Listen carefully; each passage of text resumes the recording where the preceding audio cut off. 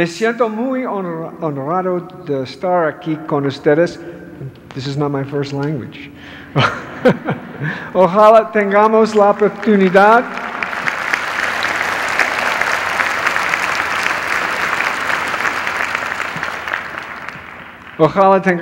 oportunidad de hablarnos uno contra otro más tarde. Hablaría en español si pudiera, pero ni ustedes ni yo lo entenderíamos. Así pues, para ventaja de ambos, hago el cambio ahora al inglés. You won't be sorry.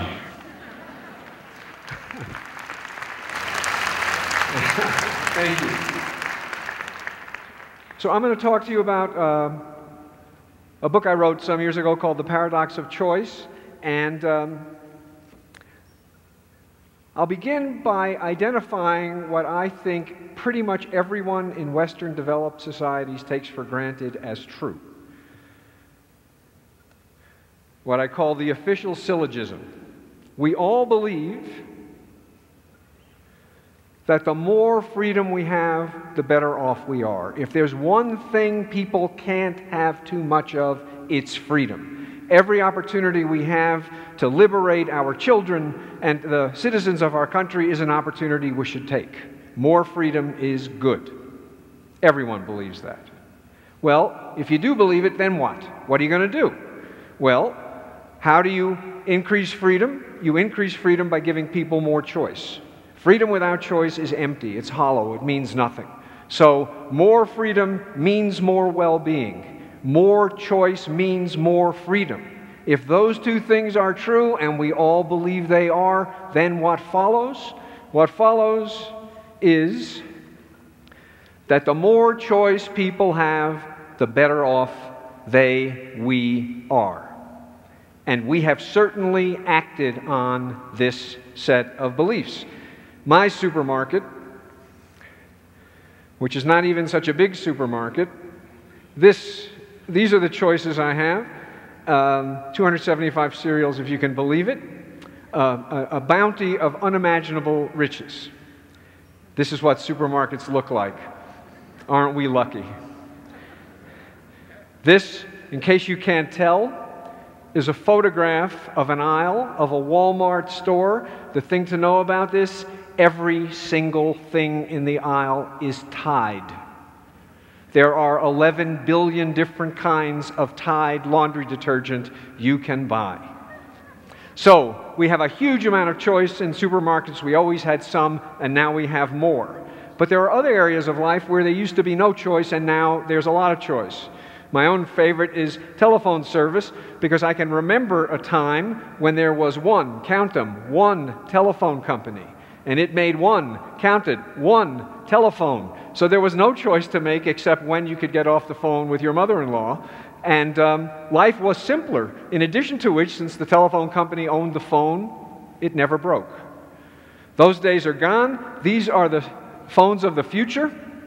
The one in the middle, which is a phone, an MP3 player, a nose hair trimmer, and a creme brulee torch, is my favorite. Now you laugh. This cartoon was published before the iPhone. If you don't think there's going to be a cell phone that does those things, and a lot of others besides, you're nuts. There's only one kind of phone you can't get. You can't get a phone that doesn't do too much. You can't get a phone that is just a phone. Now, there's something great about all these wonderful phones we can buy, but it makes what used to be a non-issue into an issue. It makes what used to be a non-choice into a choice. To raise the stakes, in healthcare, at least in the United States, the official ethic of modern medical practice is the doctrine of patient autonomy, which means doctors don't tell patients what to do. Doctors propose. You can have chemotherapy or you can have surgery. These are the risks and benefits of chemotherapy. These are the risks and benefits of surgery. What do you want to do? And you sit there like you've just been shot onto Mars. What do you mean, what do I want to do? What should I do?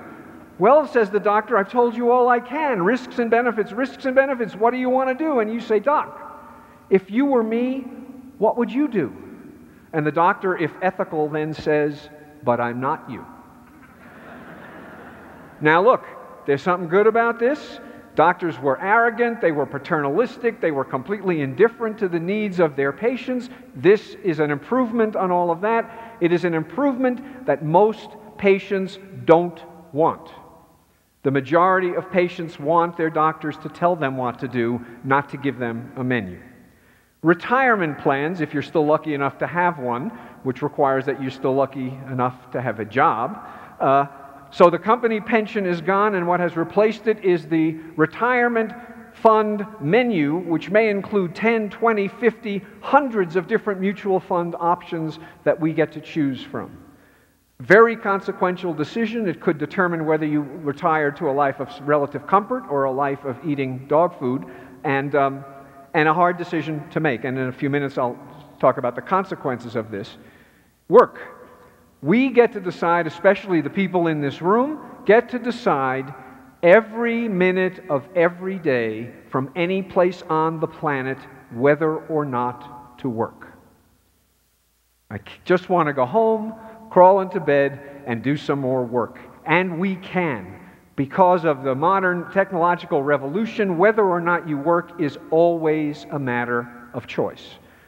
As with all the other things I've mentioned, there's something good about it, but what's bad about this is it makes the matter of working a matter of decision. It takes effort, it takes time, and as we'll see, there's a sense that no matter what decision you make, you feel like it was the wrong decision. And in marital and family arrangements, and this was surely culture specific, there was a time when you didn't ask the question, should I get married? Because there was a default answer to that question, and that was yes. Not everyone, but almost everyone. You didn't ask, when should I get married? Because there was a default answer to that question, and it was as soon as possible. You didn't ask the question, should I have children? And you didn't ask the question, when? Because there were default answers to that also. Yes, you should have children as soon as possible. There was only one question that needed to be answered, and that was who? And as we all know, that's a damn hard question to answer all by itself. In the culture I live in, there are no longer default answers to these questions. Everything is on the table. Every possible kind of romantic, intimate arrangement is possible, and I see my students torturing themselves trying to figure out what answer is the right answer to all of these questions that their parents, or if not their parents, their grandparents, never saw fit to ask. So, the world used to look like this, and this is not an endorsement of any particular set of conduct guides. Some things were written in stone. There wasn't a matter of choice. And now the world looks like this. And the question is this good news or bad news? And I'm sure you know that the answer to that question is yes. Now, you don't need for me to tell you what's good about it. We all know what's good about it. It is liberating to have this kind of choice. It's important for people to be the authors of their own lives. It's important for people to be autonomous, yada, yada, yada. We know it. Psychology has demonstrated it for 50 years, and it was a demonstration that most people didn't need since they knew it before the demonstration. The mistake that we have made and that psychology has made is to assume that since choice is good, it is only good. And what researchers, mostly other than me, have done in the last 10 or 15 years is document some of the downside of choice. And I will quickly review a couple of aspects of it. The first bad thing about too much choice is that paradoxically, instead of liberating people, it paralyzes them. It's so hard to decide which thing to choose that people choose none. And the first demonstration of this was done in a gourmet food store in Palo Alto. Every time they got a new product, they would put it out on a table. Customers could sample as many different varieties of the product as they wanted. So in this case, it was jam, English jam, expensive jam, 20 flavors out on the table. Come by, taste as many as you like. If you do, you get a coupon, and that saves you $1 on any jam you buy. Same thing a few days later, except instead of putting 20 flavors of jam on the table, they put 6 flavors of jam on the table. Taste it, here's a coupon. Save $1 on any jam you buy. And what the researchers found is that more people came to the table when there were 20 jams than when there were 6, and 1/10 as many people bought jam. Why? Which damn flavor of jam should I buy? I don't know. So I'll buy peanut butter, or I'll buy nothing. In retirement investing, again, a much more serious matter, people have these voluntary retirement accounts. Different companies differ, employers differ in how many options they give employees. Some give employees 10 mutual fund options to choose from, some 50, some several hundred. And the question is, how does the number of options you face affect the likelihood that you will choose any? And the answer is, the more options you make available, the less likely people are to say yes to any of them. For every 10 mutual fund options that you offer, participation rate goes down 2%. What is striking about this is that in many cases, not all, but in many cases, the employees get matching money from the employer. So by not participating, they are in effect lighting a match to several $1,000s. They could take a dart, throw it at the list of mutual funds, and at least get the matching money from the employer. But they say, this is too hard, I'll decide tomorrow. It's not any easier tomorrow. And the result is that they just postpone the decision indefinitely. So that's one problem, paralysis. The second problem that I won't talk about is that when you give people a lot of options, people are likely to make bad decisions. 20 minutes is not enough time, trust me.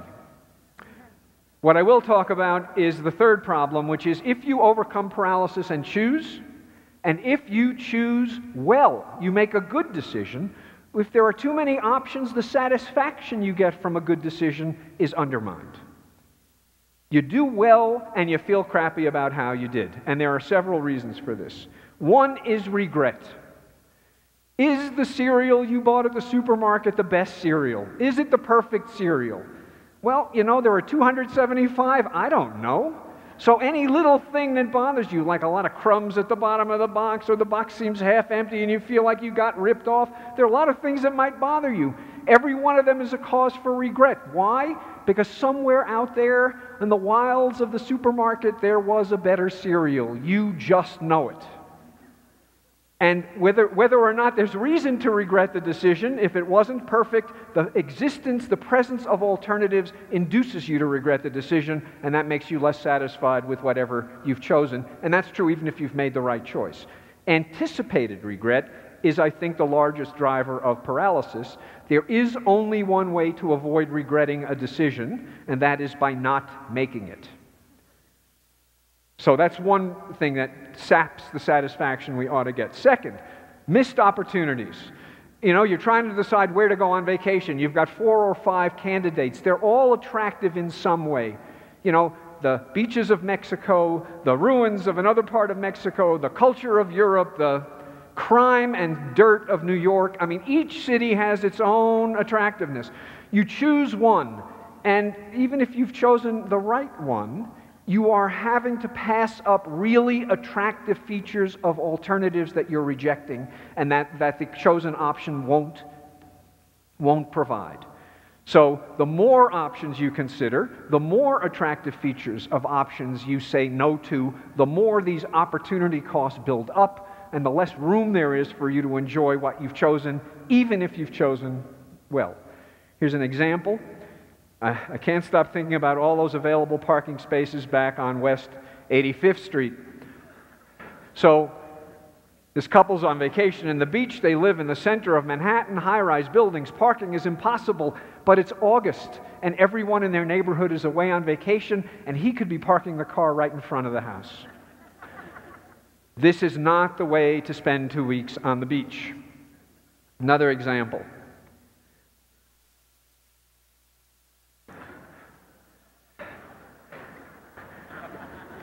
The caption here seems to be universal.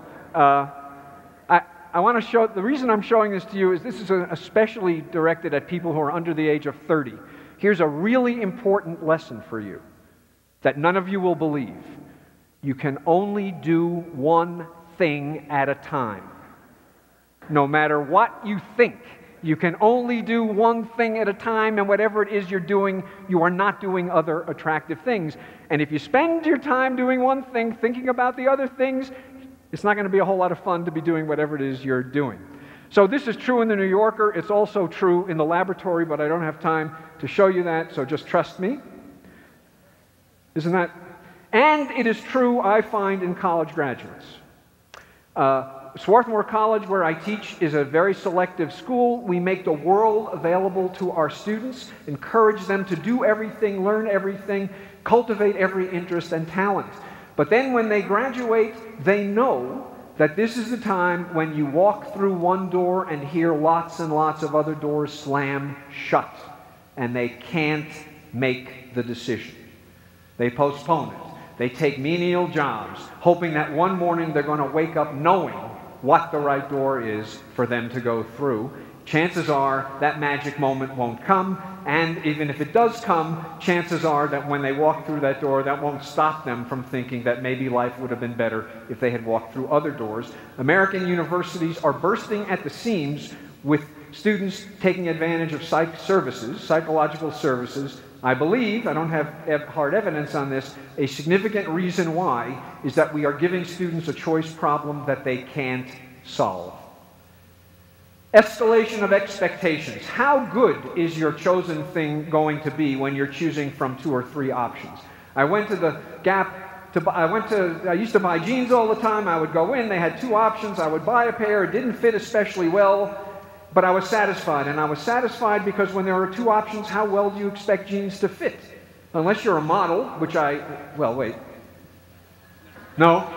you're a model, you know, jeans are going to fit the way they fit, and you either buy them or you don't buy them. But how about if there are 2,000 different styles of jeans? Well, then one of them, damn it, should be perfect. So I get a pair of jeans that fits better than any pair I've ever had, but it's not perfect. All these options raise my expectations. The reality doesn't meet those expectations, so even though I've done better, I feel worse. Everything was better back when everything was worse. When everything was worse, expectations were modest. When expectations were modest, it was possible occasionally to exceed them. This is a second lesson for people under the age of 30. Keep your expectations modest. That way you can actually suck a little bit of pleasure out of the things you do and have in life. Okay, there's a modifier of all of this that my colleagues and I studied a little bit. The problem of choosing is much worse when your aim is to get the best. We call it maximizing. Why is it worse? Because the only way to know you've got the best is to examine every option. And when there are a billion options, examining every option is either exhausting or impossible. If, however, your aim is to get a good enough outcome, a good enough bowl of cereal, a good enough college, a good enough job, and, dare I say it, a good enough marital partner, you don't have to examine every option. You just keep looking until you find one that meets your standard, and then you stop looking, you choose it, and you live happily ever after. So this is a maximizer. These are 2 Ivy League schools. I can't tell you how many kids who are at one or another of these schools walk around with that sweatshirt in their heads. Not on their backs, but in their heads. And here's a satisficer. So what we find is that people who are oriented to maximizing do better. We studied people searching for jobs. Now, let's skip this one. We studied college seniors looking for jobs. People who are maximizers get jobs that pay them $7,500 a year more in starting salary. They do substantially better, 20% higher starting salary. Good news, everybody, go be a maximizer, get rich, and buy yourself a nice BMW. Unless you care that maximizers are also more pessimistic, anxious, stressed, worried, tired, overwhelmed, depressed, regretful, and disappointed, while at the same time being less content, optimistic, elated, excited, and happy. About what? About everything. About the job they got, about the job search process, and about their lives in general. So if you face a choice between doing better and feeling worse, or doing worse and feeling better within fairly broad limits, my advice is you are much better off with virtually every decision doing a little bit worse and feeling a lot better about how you do. Maximizing is poison. So, to wrap this up, how can choice be good and bad? Because you will remember way back at the beginning of my talk, I acknowledged that choice is good. So how can it be good and bad? Since the whole talk was about how it's bad. Well, here's the way I think about it. On the x-axis, number of choices. On the y-axis, your subjective state. The 0 point is neutral. So what this graph captures is that a life with no choice is infinitely bad for people. It is not a life worth living. As you give people choice, you make their lives better and better and better, but the benefits of choice follow the principle of diminishing marginal utility. The curve flattens out. The 275th cereal just doesn't give you a whole lot of hedonic juice. The second one might. So this is what's good about choice. Here's what's bad about choice. When you only have a few options, not so many problems with decision-making or regret or missed opportunities. As the number of options increases, these negatives increase. And that curve, instead of diminishing, escalates as you move along the x-axis. So, different things make choice good and bad. And the question is, how does it feel to have any given amount of choice? And the magic answer is you add these two curves together. And when you do, this is what you get. No choice is horrendous. Some choice, life gets better. More choice, life starts to get worse. Enough choice, and life actually moves you to the wrong side of 0. So this is what I believe is the way in which we can reconcile things we have always known to be true about what's good about choice with things which we are now coming to know about what's bad about choice. One last slide, if it will let me. You can be anything you want to be, no limits. Now, sophisticated people like us are supposed to look at this, laugh, and say, my God, what a moronic parent. You know, there's nothing going on in that fishbowl. What do you mean, no limits? And that was my first reaction. And then it occurred to me, what would life be like if you liberated the fish by shattering the fishbowl? And the answer is, life would be unlivable. Choice is essential, but we benefit from choice only within constraints, only within a fishbowl. And the task, a hard task indeed, is to figure out exactly what needs to be inside the human fishbowl. Thank you very much.